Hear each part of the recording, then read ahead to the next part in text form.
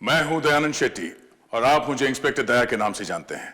For more episodes of CID subscribe to Sony Pal and hit the bell icon.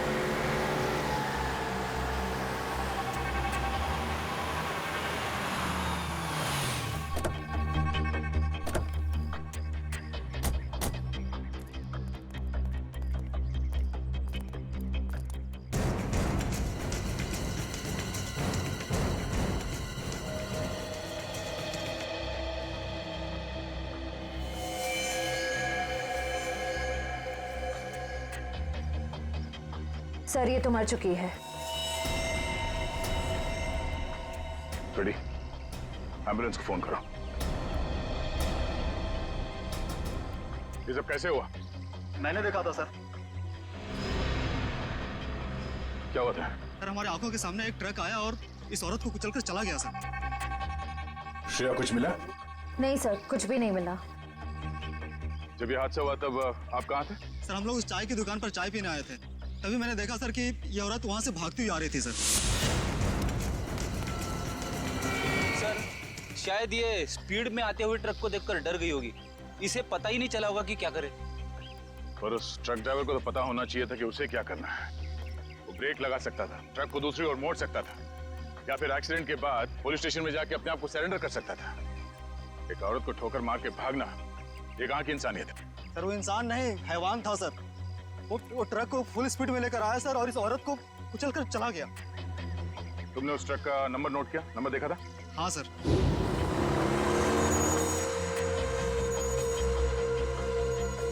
इस औरत के हाथ में कोई पर्स या बैग वगैरह था? नहीं सर। लेकिन सर इस औरत के हाथ में एक बच्चा था। क्या?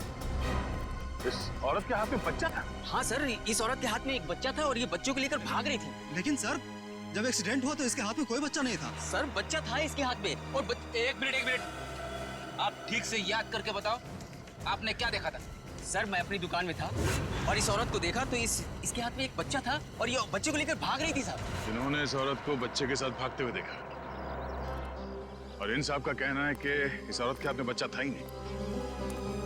पर अगर इस औरत के हाथ में वाकई में बच्चा था तो बच्चा कहाँ गया? कहीं ऐसा तो नहीं कि इस औरत ने बच्चे को कहीं छोड़ दिया? हो सकता है फ्रेडी, उस बच्चे को ढूंढना होगा।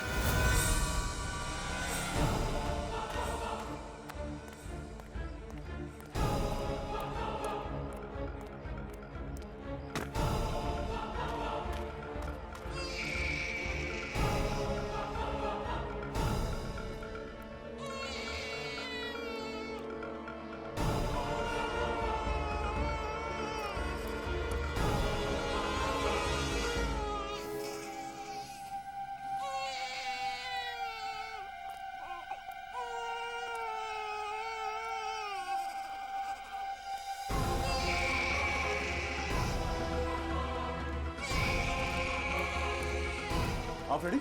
सर बच्चा टोकरी में है सर। अरे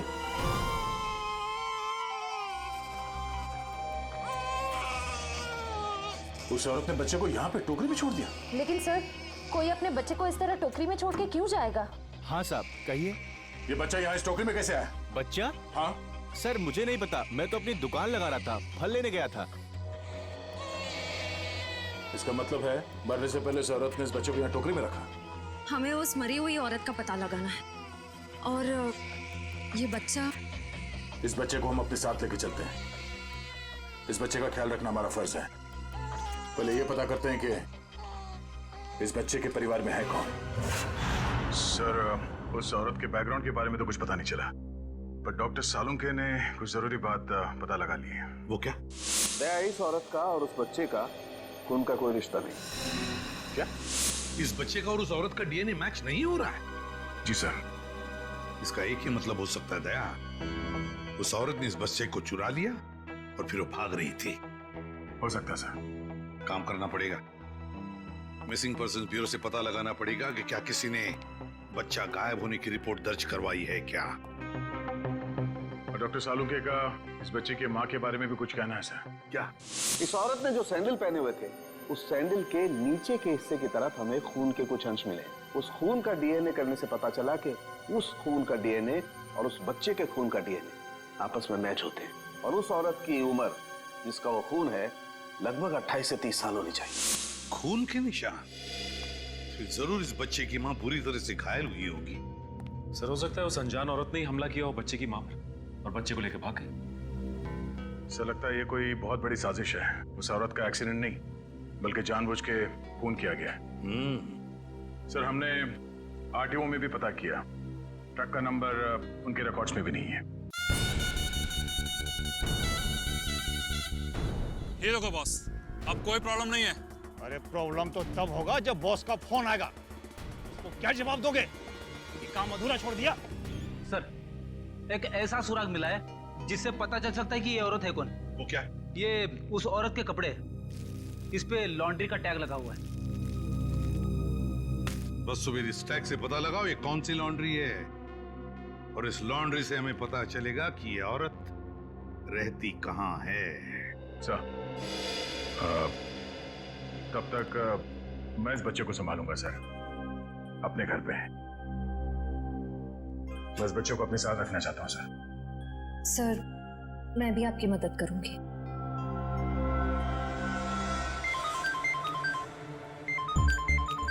उसी का फोन है। सलाम बॉस। मुझे वो बच्चा किसी भी हालत में जिंदा चाहिए, किसी भी हालत में। समझ गए तुम? जी बॉस।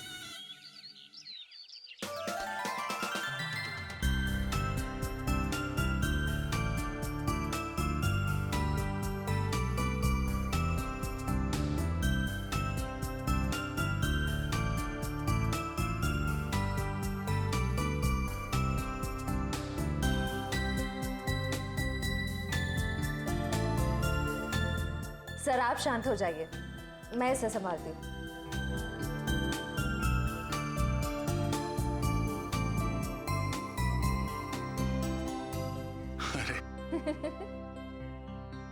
इतनी बात मेरी समझ में नहीं आई। ये बड़े से बड़े मुजरिम को मैं आराम से निपट सकता हूं, पर छोटे बच्चे को संभालना जरा मुश्किल काम है ना। सर एक बात कहूं, आप कुछ भी कर सकते हैं, आपके लिए कोई काम मुश्किल नहीं है। बड़े बड़े गुनहगारों से निपट सकते हैं, छोटे बच्चों को संभाल सकते हैं। बस जरूरत है तो अपने अंदर छुपे हुए दया को बाहर निकालने की, जिसका दिल मोम जैसा है, जो सबकी कदर करते हैं, जो प्यार करना भी जानते हैं।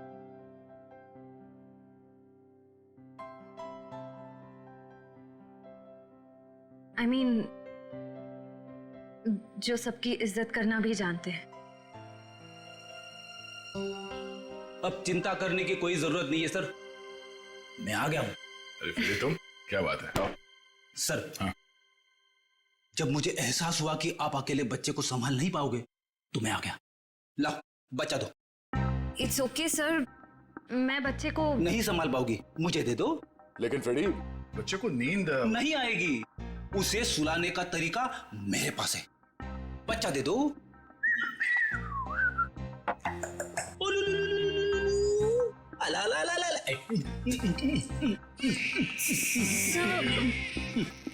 फ्रेडी क्या कर रहे हो? सर, जिद छोड़ो और बच्चे को वापस दे दो श्रेया को।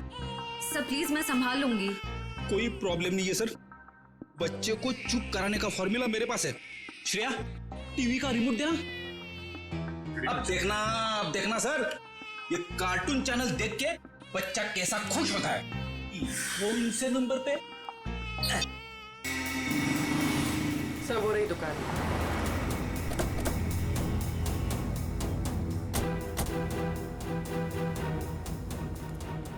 ये लो कस्टमर के कपड़े हैं, पैक कर दो। हाँ सर कहिए, कपड़े देने आए हैं या लेने आए हैं? अगर देने आए हैं तो 5 दिन के बाद ही मिलेंगे, और अगर लेने आए हैं तो मैं उम्मीद करता हूँ कि 5 दिन के बाद ही आए होंगे। सर मैं बहुत ही ईमानदार व्यापारी हूँ, और मैंने आज तक अपने किसी भी कस्टमर को कोई भी धोखा नहीं दिया है। हाँ ये कपड़े आपकी लॉन्ड्री में धुले हैं ना? जी हाँ मैडम, ये हमारी लॉन्ड्री के ही हैं। आप यही जानना चाहते हैं कि ये कपड़े किसके हैं? समझदार लगते हो, बता। हाँ 1 मिनट, रघु बुक दो। मिल गया सर। ये कपड़े किसी गोपी नाम की औरत के हैं। गोपी, एड्रेस भी लिखा होगा उसमें? नहीं सर, एड्रेस तो नहीं है, लेकिन फ़ोन नंबर है। दो।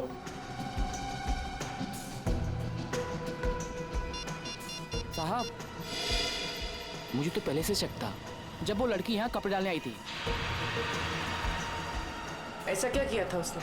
मैडम मैंने बोला 5 दिन बाद कपड़े लेके जाना। वो बोली मैं 2 दिन में आऊंगी। मैंने कहा नहीं मिलेंगे, तो मुझसे गुस्सा करने लगी। बोली तुम्हें धोबी घाट पर ले आकर उल्टा लटका दूंगी, और किसी के साथ मोटरसाइकिल में बैठकर चली गई। उस मोटरसाइकिल वाले का चेहरा देखा था तुमने? साहब उस समय शाम हो चुकी थी और वो रोड के उस पार खड़ा हुआ था, तो मैं ध्यान नहीं दे पाया साहब। इस मोबाइल नंबर के जरिए हम उस मोटरसाइकिल वाले तक पहुंच जाएंगे। चुप रहो, समझे? तो एक बार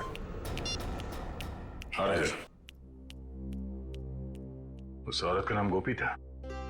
वेरी गुड। उसके मोबाइल नंबर से उसका घर का पता निकालो। इस केस में इस औरत की पूरी जानकारी चाहिए हमें, ठीक है? रजत, मैं तुम्हें बाद में फोन करता हूं।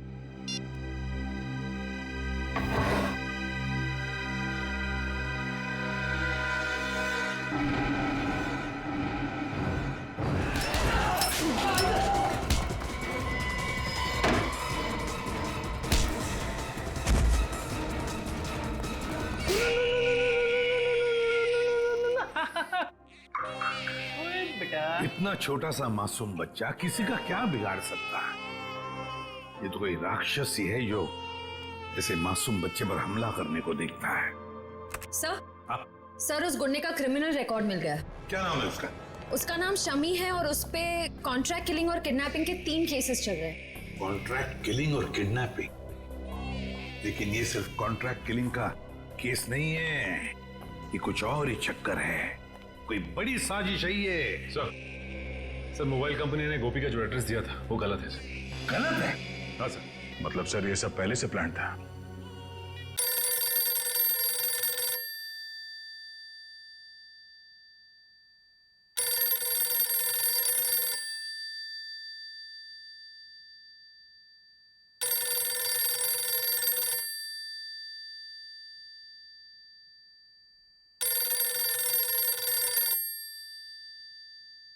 कल रात दया सर के घर पे टीवी पर जब शास्त्रीय संगीत आ रहा था, तब बच्चा अचानक से शांत हो गया और मुस्कुराने लगा। अच्छा। वैसे आमतौर पे इस तरह की धुन सुनकर बच्चे उछलने लगते हैं। हाँ लेकिन अभी भी फ्रेडी सर की रिंगटोन सुनकर बच्चा कैसे खुश हो गया? सर हो सकता है कि जब से इस बच्चे का जन्म हुआ हो तब से ये शास्त्रीय संगीत सुनता आ रहा हो सकता है इसके माता पिता में से कोई संगीतकार या गायक हो। कविनगर जाके पता लगाना पड़ेगा कि वहां पर कोई शास्त्रीय संगीत विद्यालय है क्या। तातई तत्तथई तातई तत्तथई तातई तत्तथई तत्तथई तातई तत्तथई तातई तत्। 1 मिनट।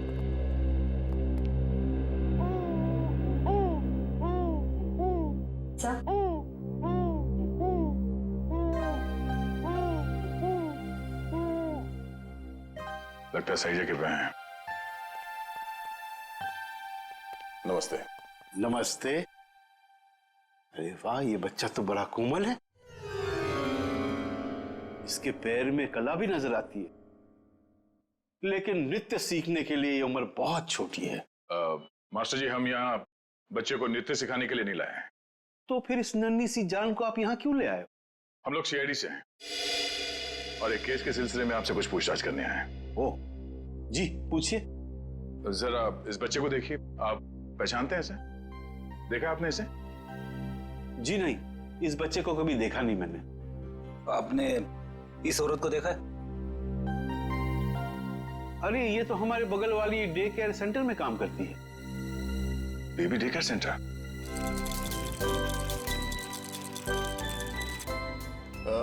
एक्सक्यूज मी, आप इस औरत को पहचानती हैं? ये तो गोपी है, हमारे यहाँ आया का काम करती है। लेकिन हुआ क्या ऐसे? कल एक ट्रक एक्सीडेंट में उसकी मौत हो गई है। खैर, आप इस बच्चे के बारे में क्या बता सकती हैं? इसका नाम बॉबी है और इसकी माँ का नाम जूही है। ये LSD सोसाइटी में रहती है। LSD society?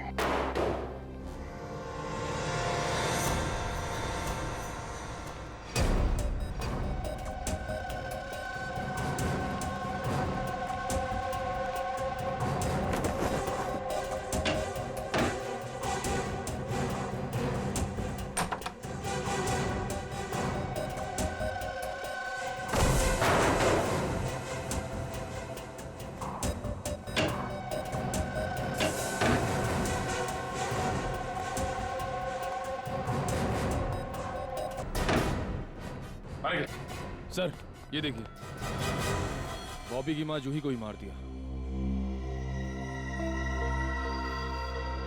ये देखो, गोली गले और पेट पे मारी गई है। लगता है इसे मरे हुए भी काफी समय हो गया, खून पूरी तरह से सूख गया।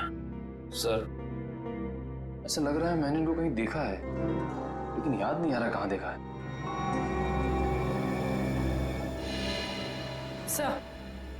सर वो देखिए,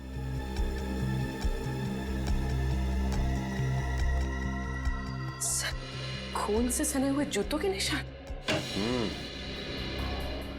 ये देखो पूर्वी, ये चप्पल के निशान तो बिल्कुल वैसे ही हैं जैसी चप्पल गोपी ने पहनी हुई थी। इस औरत ने जो सैंडल पहने हुए थे, उस सैंडल के नीचे के हिस्से की तरफ हमें खून के कुछ अंश मिले और वहां से भी हमें सूखा हुआ खून मिला था। अभी कोई संजोग तो नहीं हो सकता है ना सर? पर सर गोपी तो गुनहगारों की साथीदार थी, वो खिड़की से बच्चे को लेकर क्यों भागेगी? ये समझ में नहीं आ रहा कि वो यहाँ आई क्यों थी। वो तो नर्सरी में आया का काम करती थी ना। मगर सर जूही को मारने के बाद बच्चे को अगवा करने की क्या जरूरत थी? एक बच्चे से किसी का क्या फायदा हो सकता है? सर लगता है ये जूही के पति की फोटो है। लेकिन ये जूही के पति की फोटो है नहीं, बल्कि थी। हॉल में इस फोटो पे हार चढ़ा हुआ था। एक काम करो, इस कमरे को अच्छी तरह से छान मारो, देखो क्या मिलता है। सर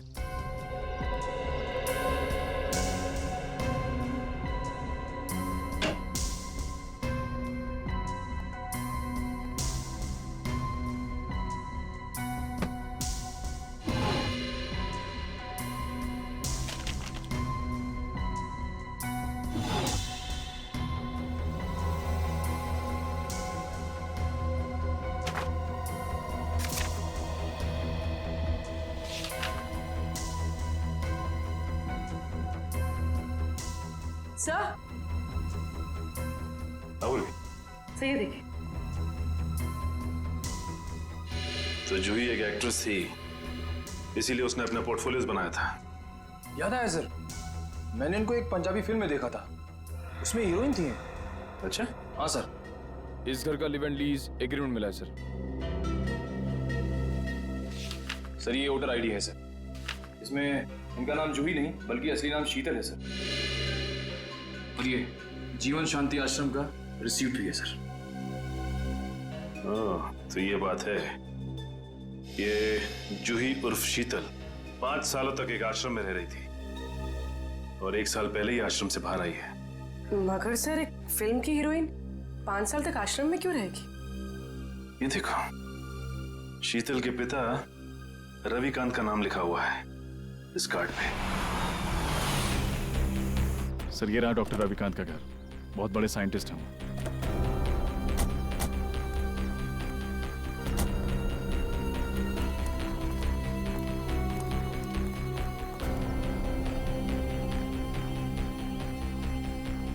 सर ये घर तो लगता है काफी टाइम से बंद पड़ा है। हाँ रजत, ये देखो कितने दिनों के अखबार पड़े हैं यहाँ पर, ये सारे खत पड़े हैं। काम करो, इन दोनों घर के अंदर जाके अच्छी तरह से तलाशी देखता हूँ ये चिट्ठियां क्या है।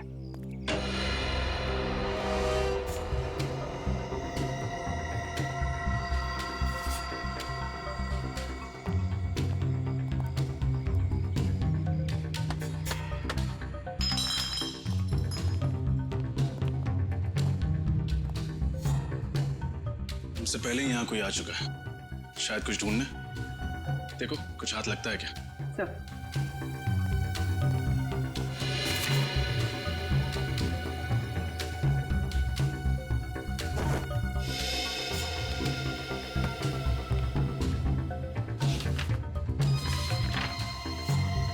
Legal notice?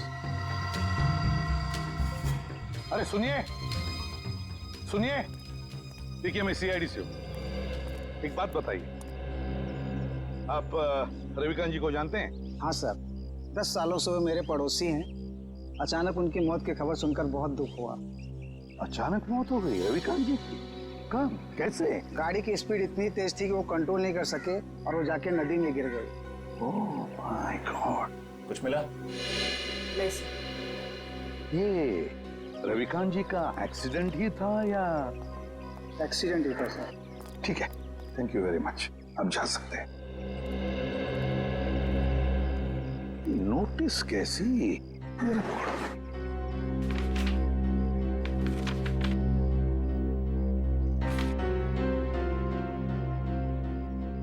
माय गॉड, तो रविकांत जी के घर की नीलामी की नोटिस है। सर इतनी जल्दी ही नोटिस? पिछले महीने तो रविकांत जी की मौत हुई थी। तो पूर्वी पिछले महीने रविकांत जी की मौत होगी, उसके बाद में उनकी बेटी शीतल की मौत। ये कोई कोइंसिडेंस नहीं हो सकता, कोई इत्तेफाक नहीं है, ये कुछ और ही चक्कर है। कुछ ना कुछ तो गड़बड़ जरूर है। और फिर अब शीतल के बच्चे की भी जान को खतरा है। इस रविकांत जी के एडवोकेट से मिलना पड़ेगा, वकील से मिलना पड़ेगा, पता लगाना पड़ेगा इस घर के नीलामी का राज क्या है। ओ, रविकांत जी की प्रॉपर्टी की नीलामी की नोटिस ये तो मैंने बनवाई है, लेकिन आपको कहां से मिली? उनके घर से। एक और बात, उनकी बेटी शीतल का किसी ने खून कर दिया। शीतल का खून? लेकिन ये किसने किया? उन्हीं का पता लगाने ही तो हम आपके पास आए हैं। मैं कुछ समझा नहीं। रविकांत जी और शीतल के बाद इस मकान पर हक किसका बनता है? शीतल जी के बेटे बॉबी का। सिर्फ मकान पर ही नहीं, कसारा में जो 50 एकड़ जमीन है वो भी बॉबी के नाम हो जाएगी। अच्छा, और ये नीलामी का आइडिया किसका था? रविकांत जी के छोटे भाई राकेश का। राकेश? इस राकेश के बारे में और कुछ जानते हैं? जी हाँ, दरअसल उनके परिवार को मैं पिछले 15 साल से जानता हूँ। उनके सारे लीगल मैटर्स मैं ही देखता हूँ।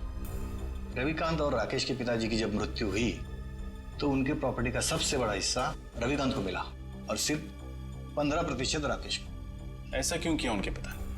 क्योंकि राकेश के तौर तरीके और आलसीपन की वजह से उनके पिताजी काफी नाराज थे और उनको राकेश पर भरोसा नहीं था। तो इस बात से तो राकेश जी को बहुत गुस्सा आया होगा। जी हाँ, बहुत। इतना ही नहीं, उसने अपने भाई के साथ सारे रिश्ते नाते तोड़ दिए थे। फिर अचानक दिवाली के दिन आकर गले मिले और सारे गिले शिकवे दूर हो गए। हो सकता है ये राकेश की चाल हो, रविकांत जी का भरोसा जीतकर उनकी पीठ पर वार करने की। सर ये भी तो हो सकता है कि बॉबी को राकेश जी ने अगवा करवाया हो। ये तो राकेश से मिलकर ही पता चलेगा।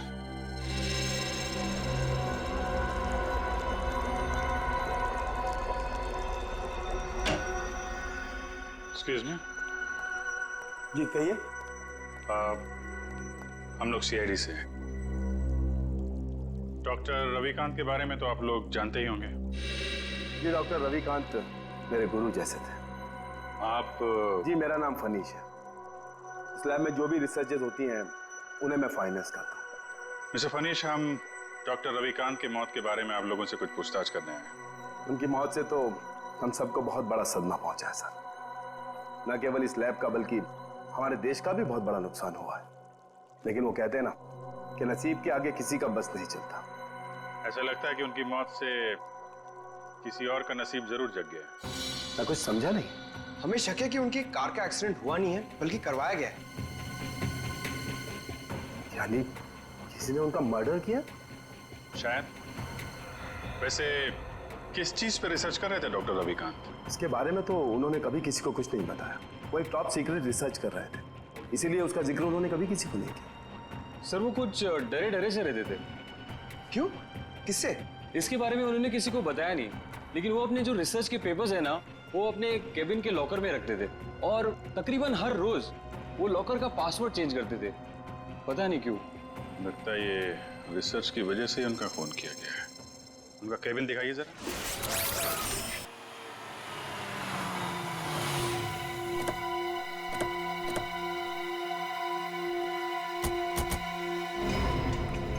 सर गाड़ी तो यहीं खड़ी है, राकेश घर में ही होगा।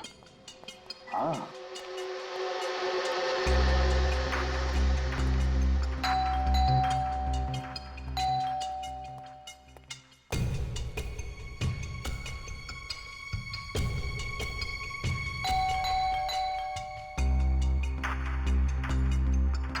तो लगता है घर में कोई नहीं है, कोई दरवाजा नहीं खोल रहा है। घर में कोई तो है, आवाजें आ रही हैं। खोल दो दरवाजा।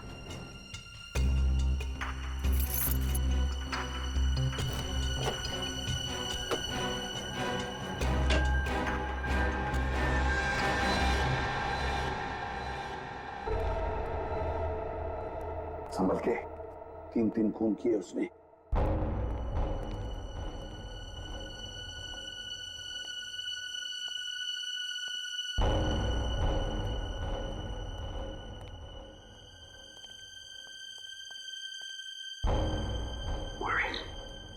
इस तरफ जा। सर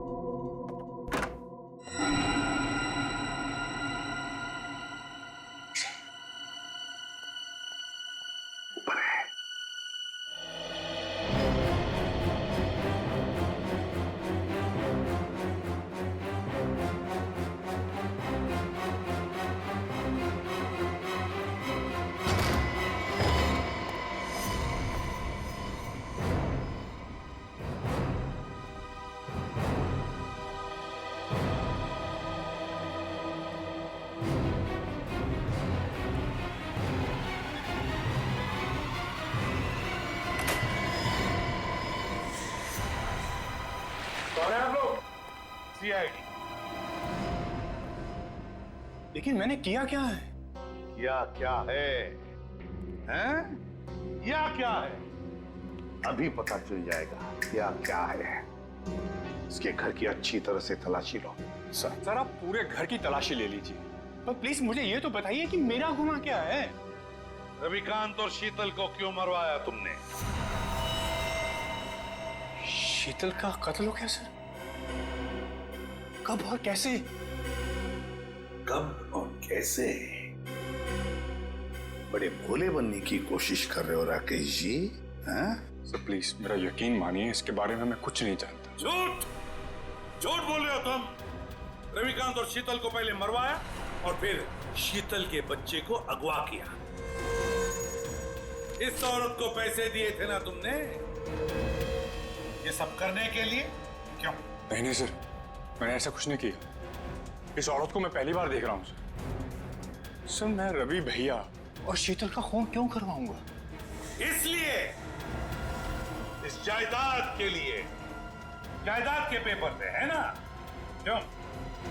और तुम ये भी जानते थे कि रविकांत और शीतल की मौत के बाद ये सारी जायदाद शीतल के बेटे के नाम पर हो जाती, और अगर शीतल के बेटे का कुछ कम ज्यादा होता तो ये पूरी की पूरी जायदाद तुम्हारे नाम पर हो जाती।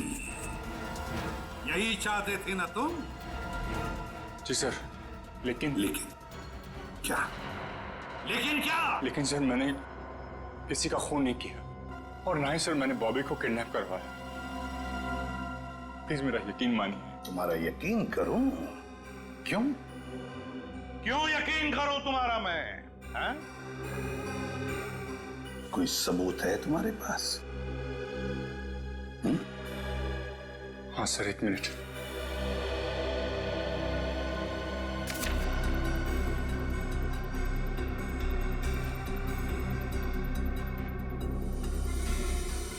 रविकांत चैरिटी फाउंडेशन, 50 लाख रुपए। जी सर, जायदाद में जितना भी मेरा हिस्सा था उस सबको बेचकर सारे रुपए में रवि भैया की चैरिटी में डालने वाला था। सर, भगवान का दिया हुआ मेरे पास सब कुछ है।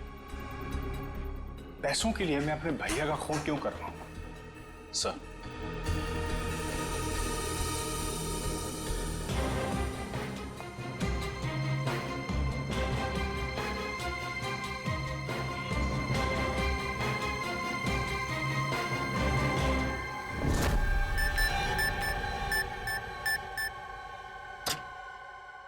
ये क्या? लॉकर तो खाली है। खाली है? अभिजीत, ये देखो अभिजीत, ये रिसर्च पेपर्स हैं, जला दिए गए हैं। वही पेपर है ना? हाँ सर, ये तो वही रिसर्च पेपर्स है जिन पर डॉक्टर रविकांत रिसर्च कर रहे थे, पर उन्होंने ये जलाए क्यों? शायद उन्हें डर होगा कि ये रिसर्च के पेपर किसी गलत हाथों में ना पड़ जाए। पंकज, मिला कोई? नहीं सर, सारी फाइल्स डिलीटेड है। एक फाइल है, इसको मैं खोलने की कोशिश कर रहा हूँ सर, एक सेकंड। सर खुल गई। क्या है इसमें? पता नहीं, साइंस के आई थिंक कोई फॉर्मूलाज है, मेरे तो कुछ समझ में नहीं आ रहा है। मैं देखता हूं।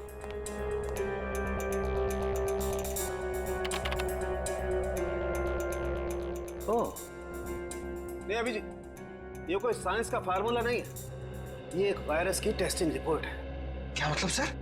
मतलब ये कि जैसे जहर का काट जहर होता है, वैसे ही किसी भी बीमारी का इलाज उसके वायरस के द्वारा ही किया जाता है। और इस वायरस का टेस्ट किसी इंसान पर कर रहे थे डॉक्टर रविकांत। और कौन सा वायरस है ये? ये पेलकॉप नाम का वायरस है। बहुत रेयर किस्म का वायरस है, ज्यादा सुना नहीं है इसके बारे में। मगर सर, ये वायरस टेस्ट किस पर कर रहे थे? माय गॉड, मैं समझ गया अभिजीत। अरे, है कौन वो? अभी नहीं, 1 घंटे के बाद मैं तुम्हें ब्यूरो में मिलता हूँ, कंफर्म कर लूं फिर बताता हूँ। सचिन, पता चला डॉक्टर रविकांत लैब में क्या बना रहा था? नहीं सर, अब तक तो कुछ नहीं पता चला। सालुंके साहब कह के गए हैं कि 1 घंटे में वापस आता हूँ। फिर बॉस, पता चल गया, मैंने गुत्थी सुलझा ली। यार तुम्हें बताना सालुंके। बॉस, उस रिसर्च लैब में हमने जिस पेशेंट की रिपोर्ट देखी थी उसमें पोलकॉप नाम का वायरस था। ये कौन सा वायरस है? वही तो पता लगाना है, लेकिन एक टेंशन है बॉस। किस बात की टेंशन? बॉस, मैंने जब पता लगाया तो पता लगा कि पोलकॉप नाम का वायरस तो है ही नहीं। अरे तो फिर सालुंके साहब, उस मरीज के शरीर में ये वायरस आया कहाँ से? वही तो बॉस, मैंने जब उस बच्चे का ब्लड टेस्ट किया दोबारा से तो पता ये चला कि उसे हिस्लेक्सिया नाम की बीमारी है, सांस लेने की बीमारी, जिसका कहीं कोई इलाज नहीं है। लेकिन जब मैंने बच्चे का ब्लड टेस्ट किया तो पता ये चला कि हिस्लेक्सिया का असर उसके शरीर में, उसके खून में धीरे धीरे कम हो रहा है। वो कैसे? वही तो प्रॉब्लम है बॉस। जब मैंने बच्चे का ब्लड टेस्ट दोबारा से किया तो पता लगा कि उसके शरीर में अलग अलग किस्म के वायरस हैं, जिसकी वजह से हिस्लेक्सिया का असर उसके खून में धीरे धीरे कम हो रहा है। और इन्हीं वायरस में से पोलकॉप वायरस भी है। मतलब वो टेस्ट रिपोर्ट बच्चे की थी? हाँ बिल्कुल। मतलब ये जो कुछ भी हुआ है इस पोलकॉप वायरस की वजह से ही हुआ है। कोई तो है जो इस पोलकॉप वायरस पर कब्जा करना चाहता है। हाँ सर, डॉक्टर रविकांत ने वायरस के सारे सैंपल और रिसर्च के सारे मटेरियल तबाह कर दिए, बर्बाद कर दिए सर। अब ये वायरस सिर्फ बच्चे के अंदर है। मतलब सचिन, बच्चे की जान को खतरा है।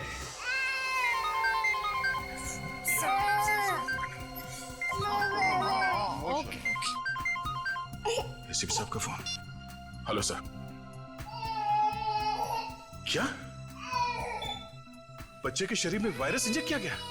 सर लगता है इसीलिए उसका टेम्परेचर उतर नहीं रहा, उसे बुखार है सर। हाँ सर, हम लोग वहीं जा रहे थे। ठीक है सर, ओके चलो।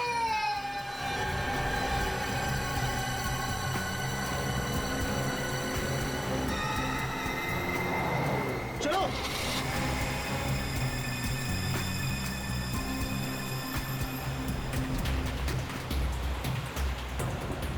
बॉबी का बुखार तो बढ़ता ही जा रहा है।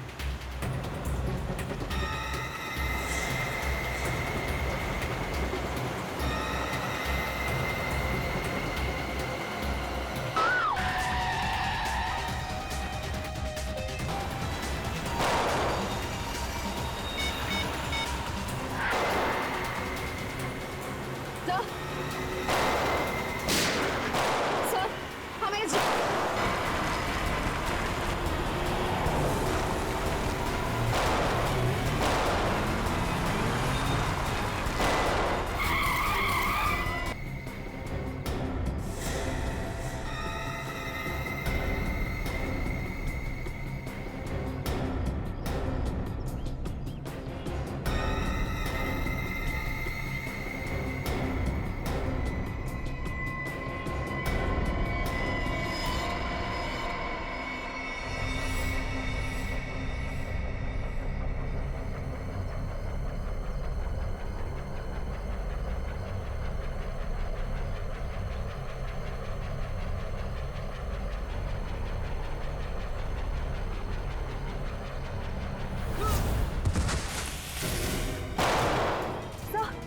गोली खत्म हुई है।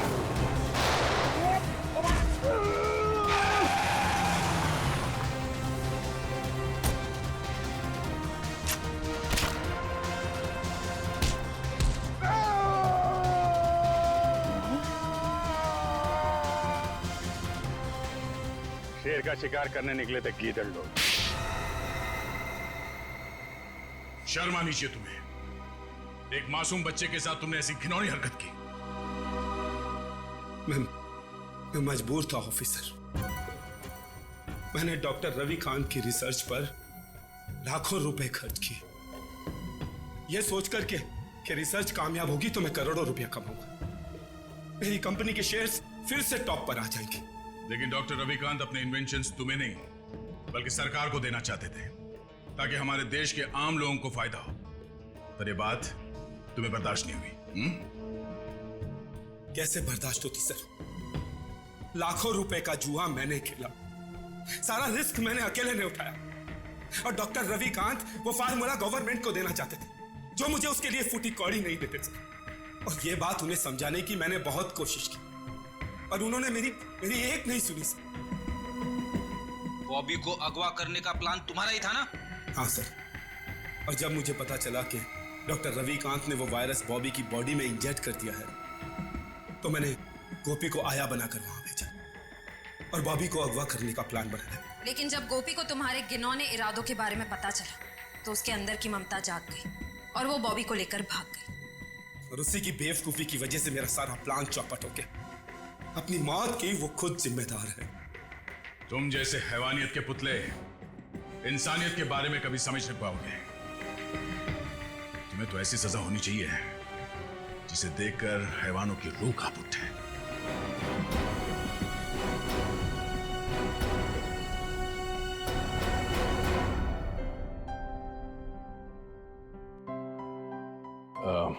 सर, हमें इस बच्चे के भविष्य के लिए कुछ करना चाहिए।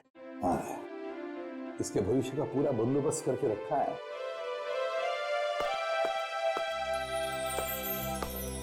सर जी, सर जी, आज के बाद बॉबी को मैं संभालूंगा। अपने भाई के बेटे की तरह नहीं बल्कि अपने बेटे की तरह से बड़ा कर। ये तो बहुत खुशी की बात है। लेकिन जिंदगी में कभी इस बच्चे को किसी मदद की जरूरत पड़े तो हमें जरूर याद करना। बहुत खुशी होगी हमें। Thank you.